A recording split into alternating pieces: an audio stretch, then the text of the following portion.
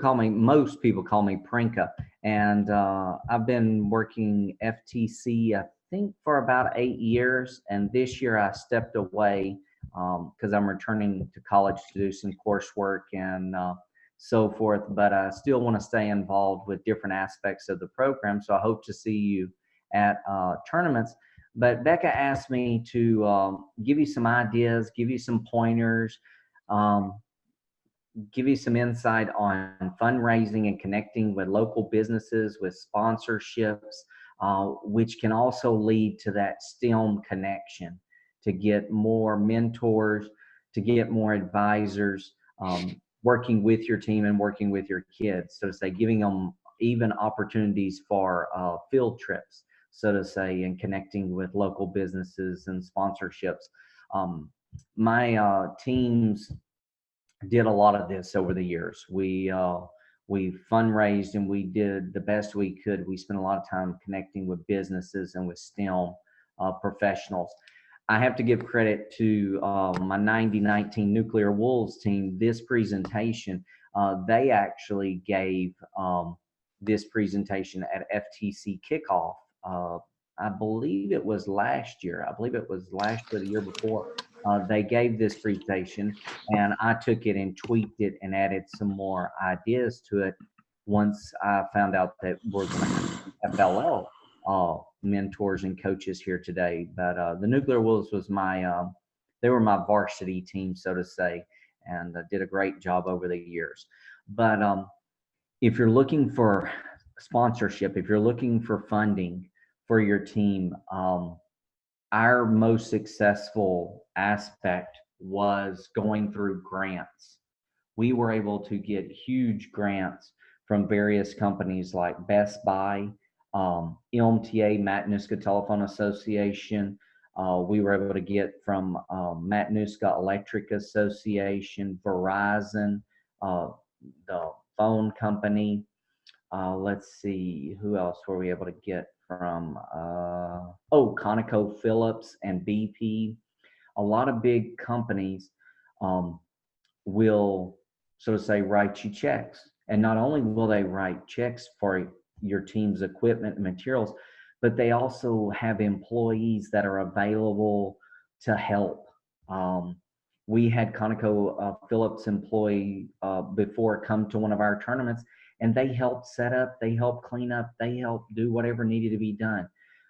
We've had people from MTA, from MEA, Verizon come to tournaments and help, take some of those roles as judges or even field resetters.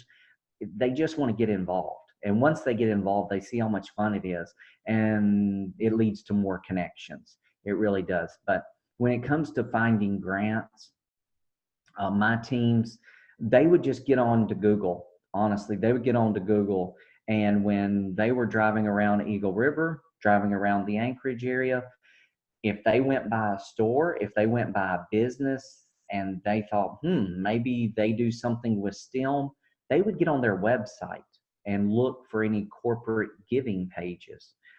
Many companies actually have philanthropy, community service, community outreach pages linked to their businesses, and we would just make contact through them. Each one of my teams had a student who was in charge of, so to say, business connection. We often called them the business manager as a role title, and they would type in an email. I would always, so to say, proofread the email, but they would be the one making contact, and then they would just CC me on the email, so that, so to say, the place of business knew that it wasn't just some scam or something of that nature. But the students would write up an email, and they would attach kind of like a cover letter explaining what is FTC, what do our teams consist of, what do we do, and what do we need help with, and would attach that. And it was amazing. It led to some great business partnerships with these various companies. It just really was great. And if you don't have kids to spend time on Google looking at local businesses and corporations, ask get them to ask their parents, what companies do they work for? What companies do their aunts and uncles work for? Their neighbors, friends of the family, and start making lists. Uh, I can think of, we got a $500 grant from Chevron, and we got that connection through one of our team members' father's brother. So I guess his uncle worked for Chevron, and he just sent his uncle an email about what the team's doing, what is FTC, this same, so to say, little email and attachment. And lo and behold, his uncle was like, well, Chevron has this like $500 matching kind of grant program. So if your team does a fundraiser and raises money, they'll match it. And so we were able to get that. And um, we didn't even, his uncle didn't even live in Alaska, was out of state. So, have your teams make a list of people, so say a list of contacts, and then you just go down one by one. And if you designate a student on your team to be the coordinator of it, to give them that responsibility of being the business manager, being the coordinator of that, and making sure everyone gives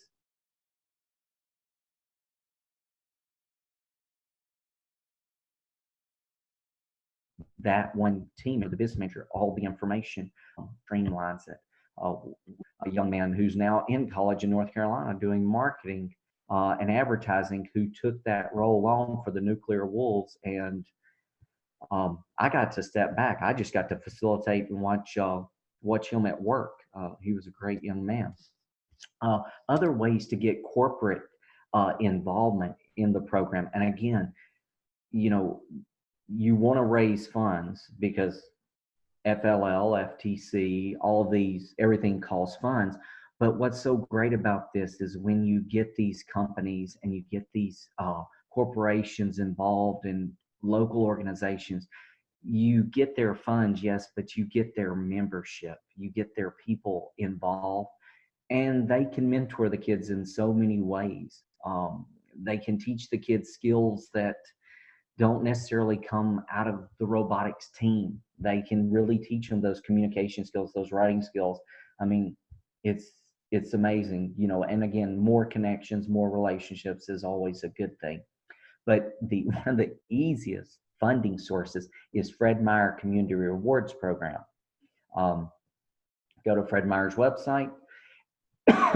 You look at their philanthropy, and what it does, it matches points. So every time you go to Fred Meyer or Kroger, even I've even got families connected that are in the lower 48 that have moved to the lower 48, and they still donate to our program through Fred Meyer Community Rewards Program.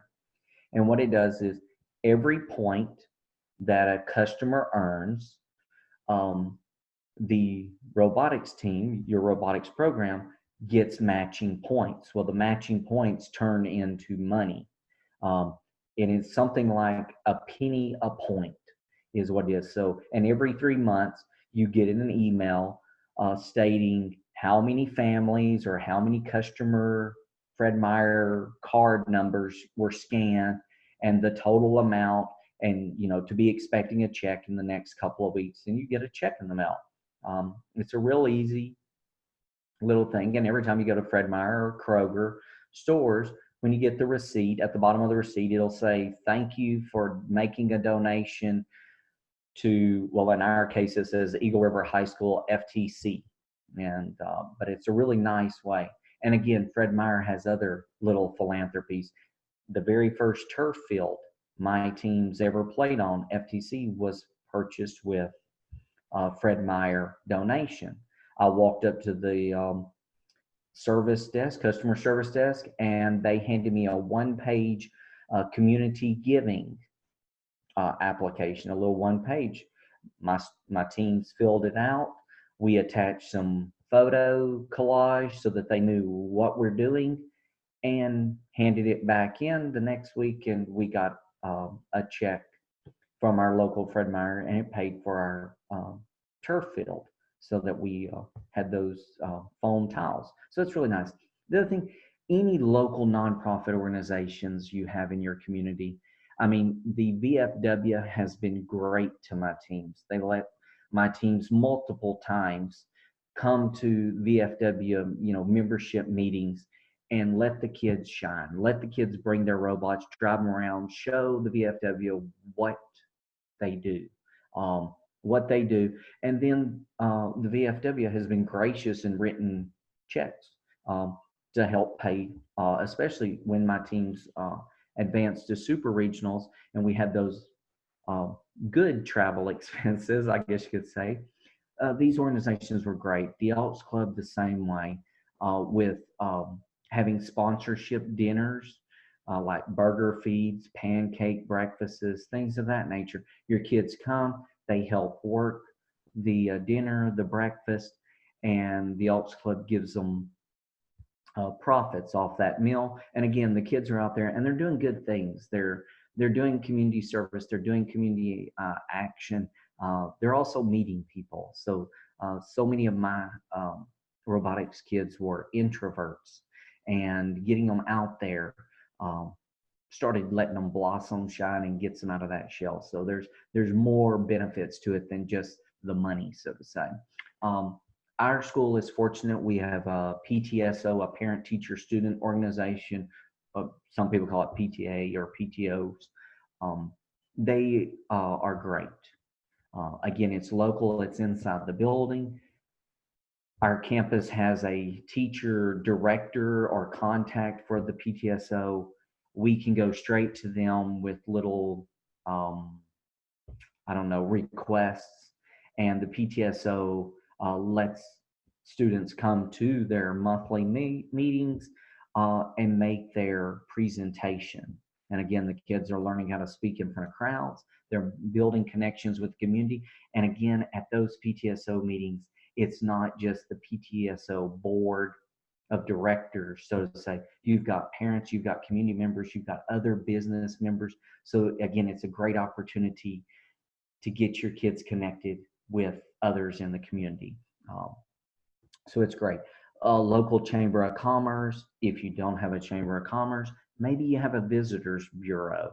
Maybe you have just a community council. Those people again have connections. You never know who's out there until you, so to say, go out there and you really just look around. And again, it's not on the mentor. We are all busy teaching classes. We are all busy being adults, doing our lives. Um, I always try to approach fundraising as I am here to help you. I'm here to facilitate for you, but I'm not here to write the checks. I am here to help you get the checks and to get the funds needed and put that ownership on the students. Each team has a designated business manager, business contact person. It really gives that student a role, a defined role, gives them a chance to take on leadership, and they can guide their team through these fundraising events. We did until it went out of business. The Lone Star Steakhouse here in Anchorage would do sponsorship dinners on Friday and Saturday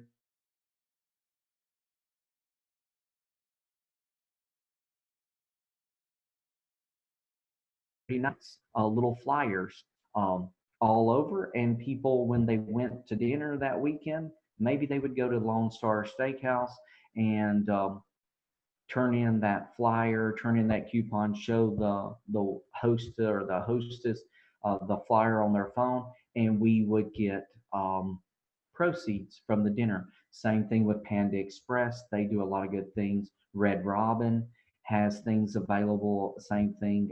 Subway has a lot of the local eateries will have fundraising events. And again, it's one of those things where you look at it, you're like, well, what does Red Robin have to do with robotics? Well, it really doesn't in terms of robotics, but the thing it does have is it has people and communication, and it has business management, and it has marketing, and it has advertising. And again, you're getting kids out there into the community, because you never know who you're going to meet at one of these things. It is, I can tell you a story that my Nuclear Wolves team, um, they had pursued a fundraising organization. They had fundraised and made contact with a nonprofit organization in the Chugiak Eagle River area for sponsorship, um, and had gotten some feedback via emails from the organization, but never met the people face to face. Neither had I. We had just communicated face to face. They knew, somehow they heard through the grapevine where my Nuclear Wolves team would be one evening at one of these fundraising events. They would be there. Two people from that organization walked in, um, started chit chatting with my Nuclear Wolves team, just chit chatting, making conversation. What do you kids do? What's these robots? What this and that? And the kids were kids. They just spoke to them in their own language and explained and everything. Uh, the gentleman uh, shook their hands, didn't tell them anything, just told them, well, this looks really good. This looks really nice. Who is your sponsor? Who's your coach? And they pointed to me. He walked over to me. I just saw him as a stranger, shook his hand and greeted him, told him, said, thanks for talking to the kids. Thanks for coming tonight. And he whispered in my ear, next week you'll have a check for $1,500. I'm the contact person from that organization. So you never know who you're going to walk into. And just get your kids out there, let them shine. Uh, it's a good thing. Store discounts. Go to your hardware stores, Lowe's, Home Depot, Alaska Industrial Hardware, AIH, SBS. You'll be surprised what kind of discounts they'll give you. They'll even give you, so to say, scraps and lumber and all sorts of stuff. You just, again, take your kids and let your kids shine. They'll do good things for you.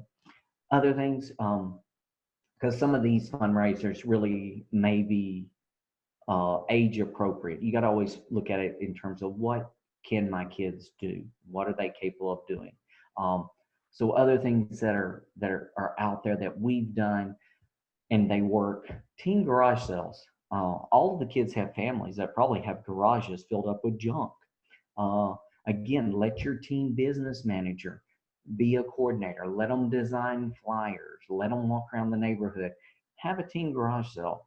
And then whatever doesn't sell, donate to the local thrift store, um, because again, you never know who you're going to meet at a thrift store. You just never know. Car washes, you can do those. I'm not a big fan of car washes. I hate getting wet, but kids like to play in the water, so it works. I'm the one who like stands out of the way and just like I'm the guy standing on the side of the road holding the poster board saying car wash. I don't like getting all wet and soapy and everything.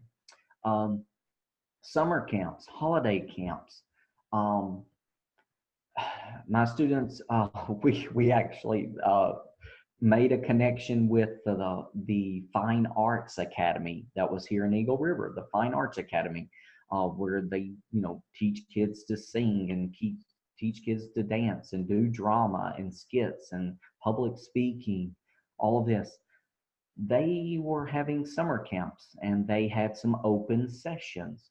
And so they contacted my teams and said, would you like to come and show off your robots? And do you have some sort of little robots that maybe these kids could play with? Because we're trying to move from an arts style of a program. Let's go into the STEAM movement where you got the science, the technology, the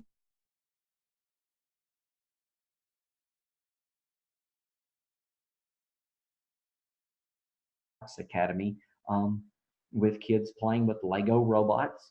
We took old FLL sets, actually. We took the old FLL sets and let the kids, play with those and drive them around and show them the programming and let them program. And it was a great time. And it ended up, we got that invitation. And for 3 summers, um, we continued to get that invitation to come and do that. And again, out there in the community. And if you do um, good things will come to you.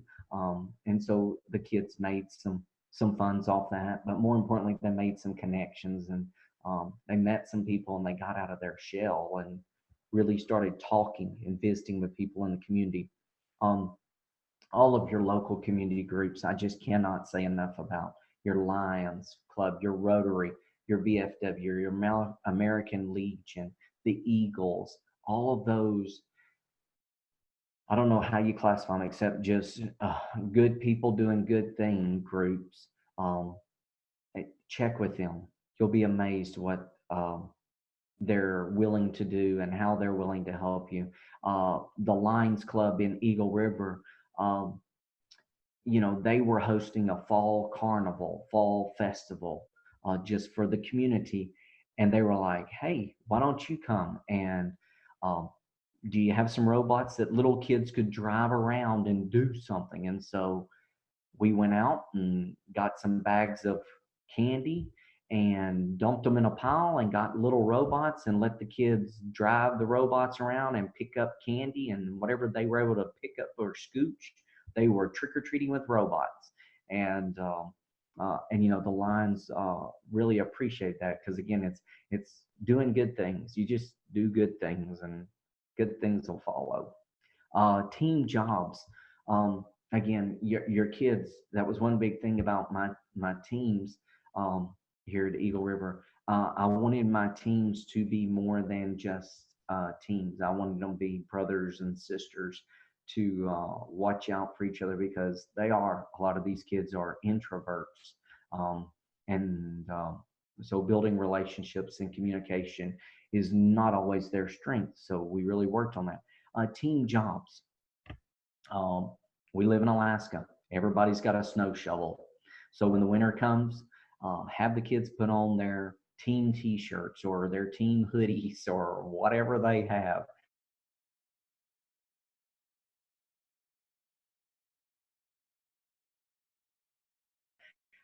Plow snow.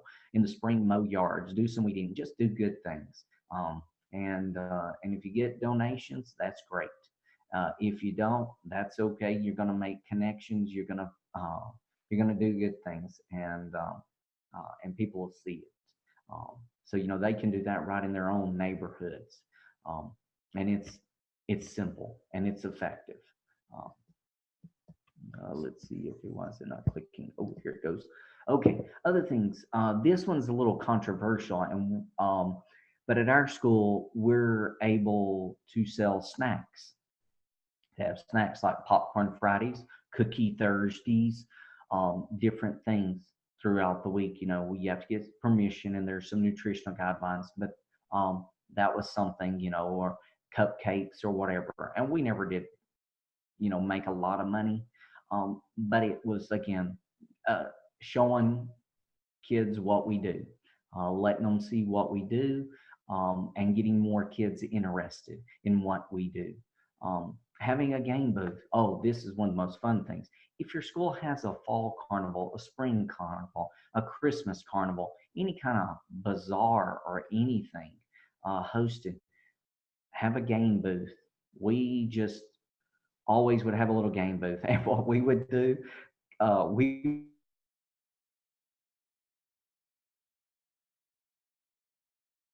game buckets, the balls, the blocks, whatever it was, we would devise some weird game that used those. Maybe it was like, driving a little robot, picking up a block and dumping it into the pumpkin jack-o'-lanterns, and if you do, you win a candy piece or something like that. We've done all sorts of stuff over the years, but those are great. If your local community, if your church, if your community hall, community town center has a bazaar, have the kids go and set things up, and again showcase what they do, and people enjoy it. The raffle, Becca has done a great job with the JEDC annual raffle over the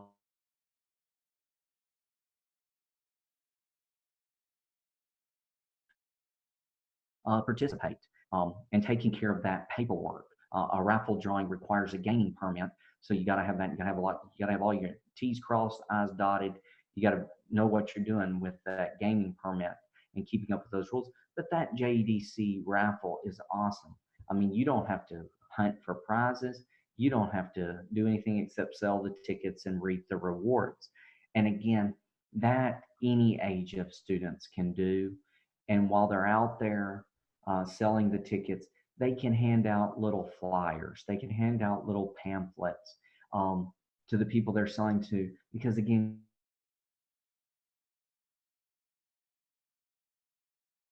and you know,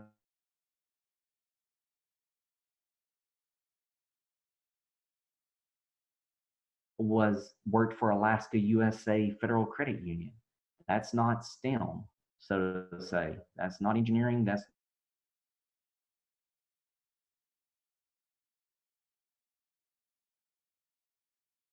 not fixed for the Alaska USA Federal Credit Union. And she built a relationship with our teams, and she would come in twice, 3 times a week, um, and mentor them with the programming, troubleshooting their code, developing their code, teaching them how to use the sensors.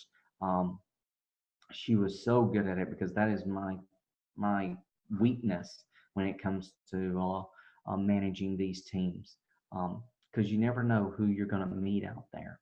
Local businesses are willing to donate prizes if you do have a raffle, but you need a gaming permit. We did do raffles, and we connected with our local chamber of commerce who had the gaming permit, and they controlled the raffle. We sold the tickets. So we've done that in the past. The other organization that you can look at in your community is if your community has any pool tabs or bingo parlors or bingo halls. Um, I believe the rule is that somewhere around a third of the profits from those sales have to be donated to local nonprofit organizations and charitable organizations. Um, we've approached those before, and you just need to, again, visit with them, share what you do, and see if they're able to help you. But they do a lot of things. But as you do these things, remember that it's your team that needs to lead the way. We as mentors are here to facilitate them and to guide them, so to say, but we can't be the ones doing this. If they take ownership of it, it's just good. It's good all the way around, and they really will shine. Uh, I'll tell you this, when it comes to fundraising, when it comes to building those business connections, those partnerships, getting those mentors from the tech community, from the STEM community, it takes your whole team to do that. It actually takes the whole team. It's not just one or two of your team members. It takes all five or six, seven, however many team members you have. They have to all buy into it.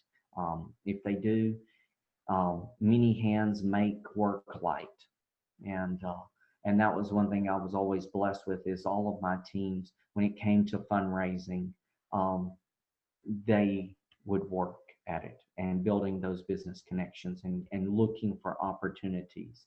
Um, and it really was. We always had a business manager. Every team has a student who is a business manager who keeps notes on these opportunities, who takes pictures when they do fundraising events, when they do all these outreach and partnerships. They were responsible for taking pictures, taking notes, that everyone was there participating, everyone was there selling tickets, everyone was, you know, so to say, putting their time and effort into it. That just works. That just works. Um, it's really nice too if your teams can make a little trifold or bifold pamphlet, team pamphlet with pictures of them, pictures of the program, like what do we, a short summary of what our purpose is, what our goal is, what our needs are. Um, because if you can hand that to a potential sponsor, a potential mentor, it gives them something tangible, something concrete they can see. Um, One of the other things we did was every time we did a fundraising event, we set realistic goals. The idea was, if we do this raffle, like the JEDC raffle, statewide raffle, our goal, I remember one year when we did it, I was taking all three of my FTC teams to the Fairbanks qualifier tournament. And so our goal was, if we do the JEDC raffle and we raise so much money, we'll be able to pay for the bus travel. And we had an itemized list. This is how much the bus costs. This is how much our hotels cost. This is how much our food costs. Um, and so the kids were fundraising with goals in mind. So it just wasn't, oh, we made $500. That's good. Now, what do we do with it? It was, okay, we need $865 to pay for the hotel rooms. They knew exactly how much it was. So they were fundraising with that goal in mind, um, really seeing the progress, really knowing, okay, we need this much, this much, this much. So they were learning, that sure they were fundraising, but they were also learning to budget. They were learning to manage their money. Um, and it was that goal standing out there in front of them. Let's get this much, take care of this. And every little, even if it's a fundraising event where, okay, we need $50 for our registration fee at each tournament this year, and we're going to 3 tournaments. So let's do a fundraising event where we can make 150, and that money will go to our registration. So if they have goals in mind, not just dollar amounts, but goals that if we get this much money, it will pay for this, this, this. It will, it just seems to help. It makes it more tangible, more concrete, um, more motivation um, for the students. So it seemed to work. It seemed to work. We were really blessed. But our fundraising, our business connections, getting Verizon, getting BP, getting ConocoPhillips, getting even Panda Express, restaurants, business and marketing, getting those guys involved. Um, it helped our team build the community, and gave each kid um, a purpose, because it wasn't just about building the robots. Some of my best and brightest students that have come through the robotics team are now working towards marketing and advertising degrees. One young man is majoring in business and accounting. Um, and that's what he wanted to do with robots. He wanted to learn the business management, to be a leader, to understand all that, and he did, and he was successful, and he fulfilled a role on the team um, that other students couldn't or wouldn't. So it is more than just building the robot, programming. There's a lot more aspects to it. And so the business connections, the sponsorships, the fundraising, the marketing, the logo design, the the color schemes, even designing t-shirts. One year, we were short on funds. The very first year we ever had teams, we had a student design our t-shirts, and that included using Sharpie markers and spray paint to design them and make them. But they turned out really cool. And that student had artistic talent, so it gave them an opportunity to really showcase their talent, to showcase their ability um, outside of driving the robot. So you just never know what kind of influence you'll have. Does anyone have any questions?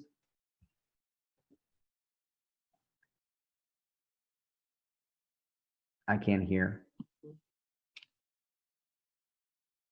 I haven't heard anything. People have been quiet on chat, but I would encourage people to unmute yourselves and ask questions. And feel free, take this time. You can ask a question about anything. It doesn't just have to be about fundraising. So Prnka is an FTC expert. We've got lots of folks with tons of FLL experience on the line here too. So this is open to any questions at all that you might have from the season so far. Yeah.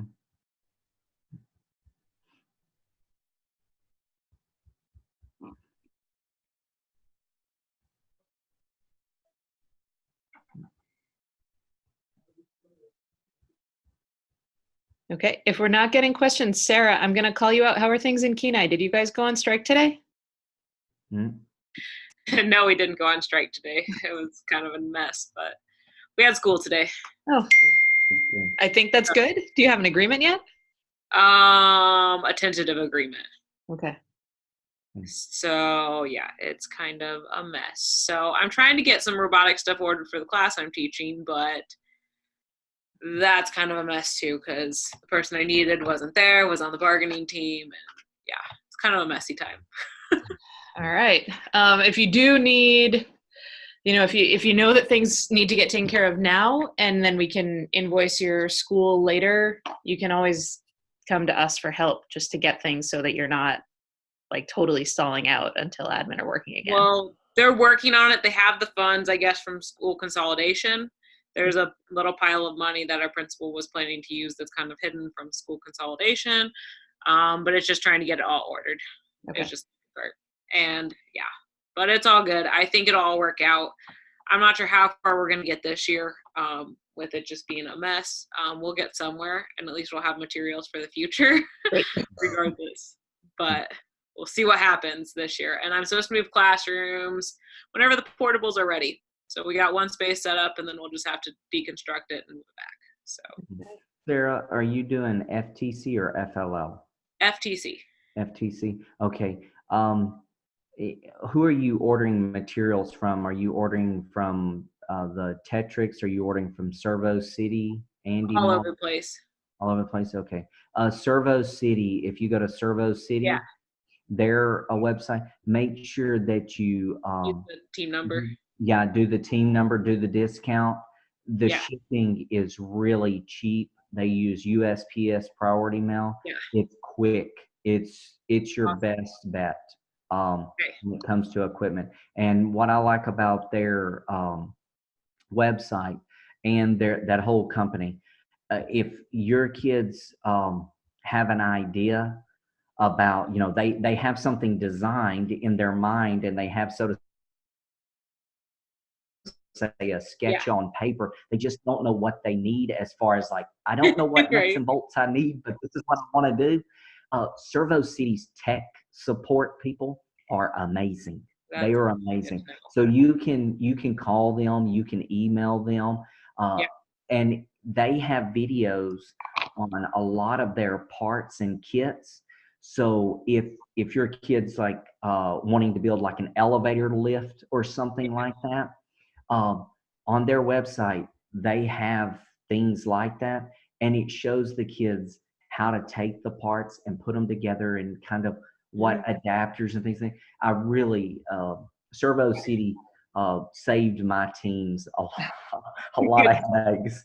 I've definitely heard that one, and that one's definitely been on my radar, but I haven't gotten super far yet, only because it's been so messy this year with trying to get school started. Yeah. The strike, I had to move over from the prep school to so high. I couldn't get stuff. I couldn't find stuff that I had sent over. I couldn't get it moved to the correct room. Now that we finally got it moved, the portables will probably be ready, and then I'll have to move it again. Yeah. So that's right. it's quite a messy year, but this year at least we'll get something. Yes. And then hopefully next year we'll have everything and we can hit the ground running for sure. This year we'll see what happens. Yeah. Yeah. Because no matter what comes out of the competitions, the kids are going to, the amount of learning that will be achieved is going to be amazing. It's going to be amazing because they just, it just, this is what this program does. It just teaches. And they're all excited. So that's the good news. I have 25 of them in class though. So that's the other issue. Oh, wow. Okay. And that is actually an improvement because I had 34 at one point. And I said, are you going to give me the gym? Yeah. Yeah, you would need the gym with 34. Yeah. 25, we actually can make it work. It seemed pretty good when we were down in the space. We have a fairly large classroom, it's probably about the size of two classrooms, two normal size classrooms. Okay. It's a decent size space. Yeah. And I think the portable is similar in size. So, it's been a messy year. All right. Does anybody else want to give a quick update on how things are going or roadblocks that you're running into trying to get your teams up and running? Amanda and John, have you guys started practicing? Yeah, we had our first meeting last week, and we'll have another one this Wednesday. John had the flu last week, so it was kind of just got the kids in and kind of building the challenge set. So hopefully we'll get them more organized this week and get them doing more team building stuff, kind of incorporating more of the project-based stuff for FLL. Great. And FLL people that are on the line, you guys all know there's that training on Saturday, right? We do. We are going to have to miss it, though. Okay. When you guys have been around for 2 years at least, right? So hopefully. Yeah, 2 years, yeah.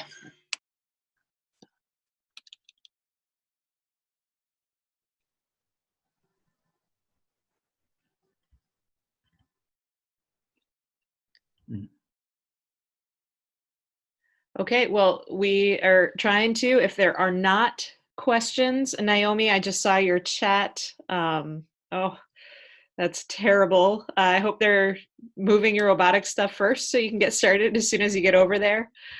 And then, Jerry, that's awesome. Wow, lots of teams at Central. But for everybody else, I'll do one final call for updates and or questions.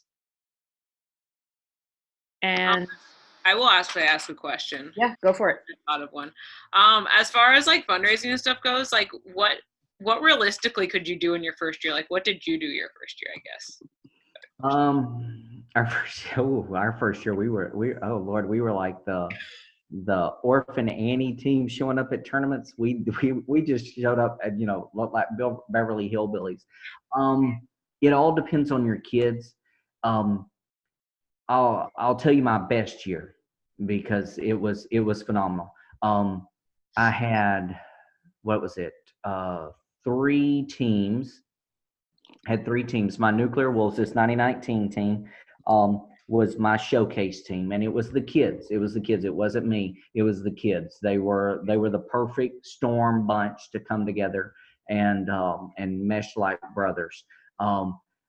They led my 3 teams. We did team fundraising events as individuals, as individual teams, but other fundraisers were as an organization, as Eagle River FTC. And they led the teams one year with $21,000 worth of fundraising and sponsorship. And it was their mission, though. It was their mission. They didn't need the money. They had all the equipment.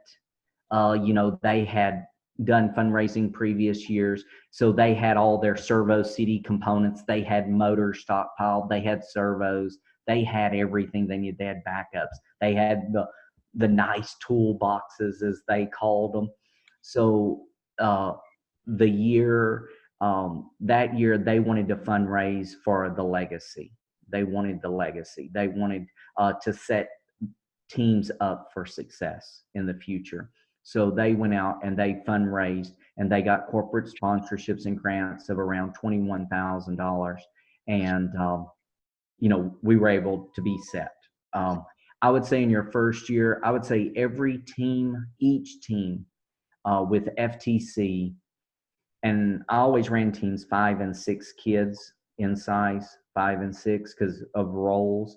I would say have your kids shoot for $200 per member. And I would say that's realistic and that's not that hard.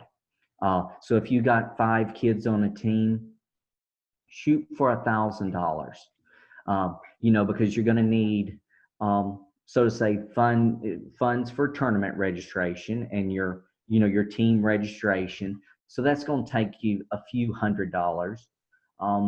But if you raise $200 per kid on that team in the first year, that's great, especially if your school is, if you already have some equipment to start with, and if your school is giving you some funds to go out and maybe buy some new motors or some new electronics, something like that, shoot for $200 per student. That's very low. They won't have any trouble doing that. They won't. They'll feel successful. They'll feel motivated, and they'll succeed beyond that goal. They'll really succeed beyond that goal. You know, as your teams grow and you get more involved and you get more competitive, then up it, you know, and shoot for it. And the nice thing is fundraising will become easier in the future because you'll have business partnerships related. So like Best Buy, every year, they just took care of us.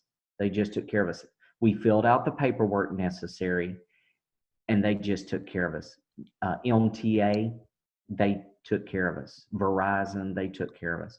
You make that first big hard push on fundraising and you build that connection with that company or with that local business. It does not have to be Verizon. AIH hardware store in Eagle River would give us 20 and 30% off anything in the store. I mean, you need cordless drills, you need stuff like that, you know, and we just made that big sales pitch to them. And once we did that, and we kept them in the loop, keep them in the loop, invite them to come to your meets, invite them to come to your practices, invite them to come. And if they're not able to come, you know, have a couple of the kids drop by the store and show them the robot. You know, it will literally, you'll have them hook, line, and sinker. You'll have them all, and then it becomes easier. But yeah, I would say first year for an FTC team, shoot for $200 per kid. It's realistic. It's good. It'll get you off the ground and get you going. Okay, perfect. And did you ever run it? Do you have classes of it, or is it just after school? Ours was all after school. It was a class, so my students were eligible to receive career and technical education elective credit.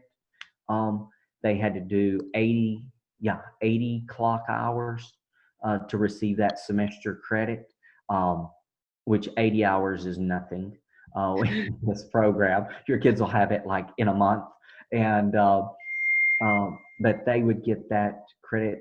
We never could get it during the school day. Which for me, it worked. It worked well because the kids who were doing it after school wanted to be there. The motivation was there. The commitment was there because they were giving up their after school time. So it was great. It was great. Mine's starting as a class, so we'll see. Yeah. Well, that'll be good. Then you don't have to That'll do be the fun, late evenings and the weekends. I know, right? Yeah, so we'll see what happens. Okay, awesome. Thank you. Yeah.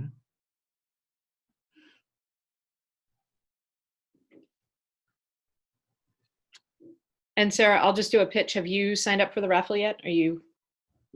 No, I have literally had zero time. So that'll be next on the list. I saw the link. I have it pulled up. That's next to look at on my list. It shouldn't take you long, and it really is a pretty easy fundraising. Give a booklet to each kid, say go sell, bring me back ticket stubs, we send you a check. And currently right now, see, the thing is that the district has some money, so, you know, that's a little bit nice. Yeah. I had to do as much. They said they were planning on $10,000 to $15,000, and we already had some stuff starting up. So Wow. That's awesome. So yeah. So I'm like, okay, awesome. I don't have to buy a whole lot, but we could use some new stuff. And it's good to start, make a count, and save it away for next year, just in case. You never know when the district is going to change their mind about things. Exactly. Right. But at least for now, I've got something. Yeah. Well, in your first year, those startup costs are killer. But we had some stuff going into it. This is not completely new. It's new to me. But somebody else in our district and our school did it before. So I do have stuff. But some of your stuff, have you gone through it? Because I know a lot needs to be updated. It does. But there's definitely at least some tools and things in like storage areas and things to like at least start out. The field is pretty much there. So at least there's some major costs that are out of the way. I was looking at like new kits to have. Do you know, I was looking, the First Inspires has like classroom packs. Has anybody tried that? Or know about that? I know a little bit about it. I wouldn't go that way. If you're just doing a robotics class, the classroom packs are pretty good. They're not going to give you if those teams want to go on and compete at an FTC competition, they're not going to have all the parts that they need. So it's a good starting if you expect it's good to start, right? Because it looked like a pretty good price to get the hubs and the phone, and yeah, it is a good place for that. And then I was going to order from Servo City some of those robotics building kits. I don't remember what they're called. That was I think that's a good plan because we don't have a lot of phones. I saw like 5, and I don't know if they work, to be honest. Probably not. And I don't even know what. Yeah, some of the old stuff was pretty old. So I was looking at least starting with the classroom pack and then adding on some additional stuff. I think that's a really smart way to go. Okay, then that's all I'll do, because it looked like it came with the new control hub too in the class set, which was nice. Then I only need 1 phone. Yes. The only thing I would hold off on ordering the extra packs from Servo City until you check out, because I think all those class packs are Tetrix. And so there's like the channel, and Prnka, you can interrupt me if I'm wrong on this, but the channel that comes in the Tetrix kits doesn't line up with a lot of the stuff that comes through Servo City and Actobotics. And so if you get them, you have to like drill other holes in to make them line up and build together. So usually if you start down that path, you're going to want to keep ordering Tetrix. Yeah. Is it Tetrix? The classroom pack I thought was Rev. Well, the electronics are Rev. Oh. But I believe you're right. No, I think Sarah's right. The classroom pack is Rev hardware too. Is it Rev? Oh, so you're going to get those. I think it's all Rev, because when I went to the Rev site, it said this is all the same thing that you can order from First Inspires for a cheaper price as a class pack. When I was like looking through stuff, and I was like, that looks perfect to at least get us started this year. Oh. So it's all Rev because it's on their website. Rev has it, and the same thing is on First Inspires. Well, that'll be good. I think that's better quality than the Tetrix. It just I saw Tetrix stuff in our school, and I was a little bit of it, and so a lot of it's super old. But you could use it and modify the Tetrix parts. Exactly. If we already have it, we'll use it as needed. But But the Servo City stuff does fit Rev, right? Those classroom packs, does it? Some stuff.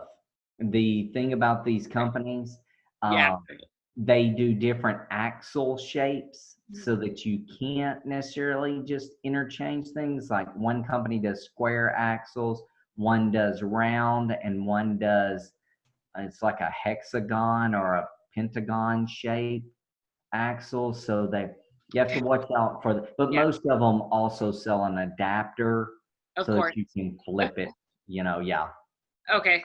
That's what we'll be raising money for, all the adaptations. Sounds perfect. Yeah. It happens.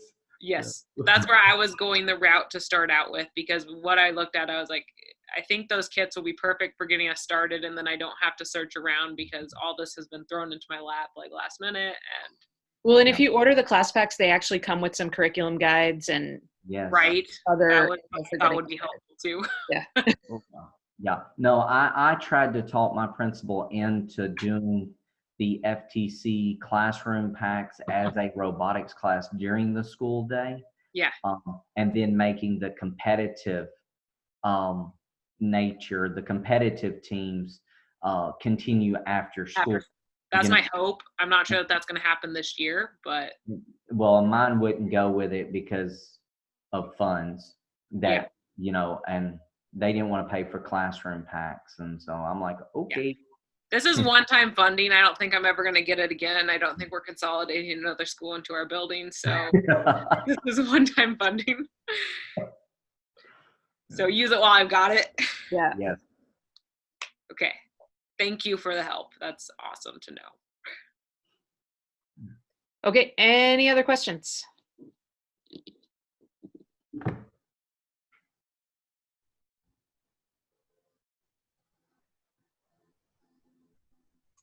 Hearing none, we are breaking 4 minutes early. I'm going to stop the recording, but Naomi, if you can stay online, I know I'm going to help Naomi with some registration stuff with the screen share. It's another option if people have registration issues. You can always ask to set one of these up so that we can actually get online and work on those together. But for everybody else, I'm going to stop the recording for the webinar now and talk to you guys next week. All right.